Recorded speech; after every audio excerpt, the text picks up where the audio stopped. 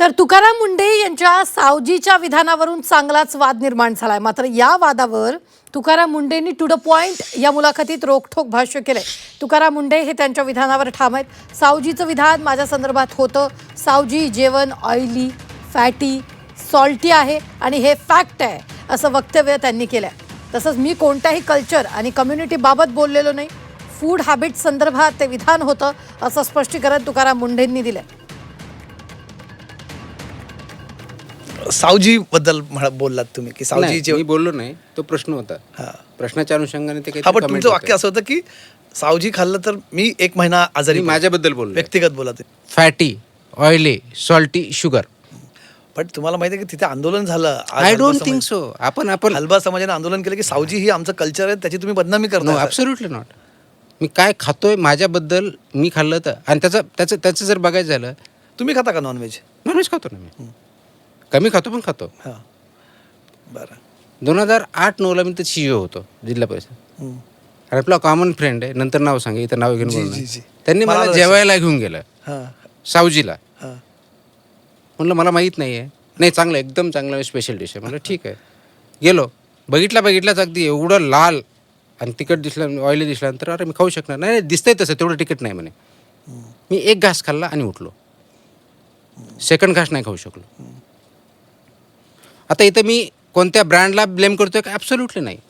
Absolutely नाही.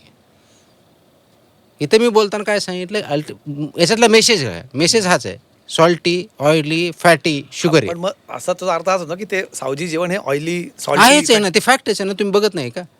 पण त्यांचा त्याच्यावरती आक्षेप आहे की आमचं जेवण ॲब्सोल्युटली नाही. हे फूड कल्चरचा भाग आहे. कारण सावजी फूड हा ना मी कोणत्या कल्चरबद्दल बोललोय ना कोणत्या कम्युनिटीबद्दल बोललोय. आपल्या फूड हॅबिट्सबद्दल बोललोय. Please understand it very carefully. It is about our food habits. आणि मी इथं आल्यापासून याच्या फूड हॅबिट्सवर खूप बोलतोय.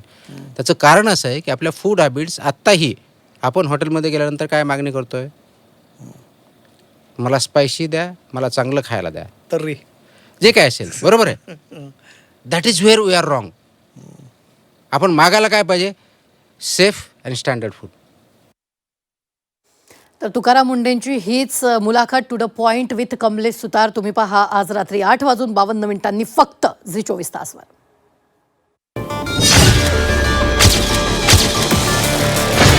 तुम्ही जेव्हा ठरवता की इकडे अमुक ठिकाणी जाऊन रेड करायची, टार्गेट कसं तुम्ही ठरवतात? कोर्टाने तुम्हाला प्रश्न विचारला तिकडे की तुम्ही काय माणसं बघून कारवाई करता का? तुकाराम मुंढे सिस्टमशी जुळवून घेत नाही. जुळून घ्यायचं म्हणजे नेमकं काय करायचं?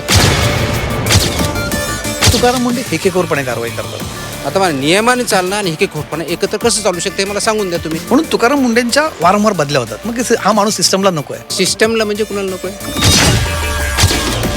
तुम्हाला असं कधी मनात आलं की नाही की सोडून द्यावं आपलं हे सगळं, आपण थोडंसं आपणही जुळून घ्यावं?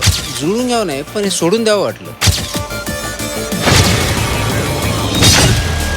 तुमच्या बदलीसाठी 250 कोटी रुपये जमा केले गेले. हलबा समाजाने आंदोलन केलं की सावजी ही आमचं कल्चर आहे, त्याची तुम्ही बदनामी करता. Absolutely not. कधी येतो मनात विचार पुढे मागे जाऊन राजकारणात यावं?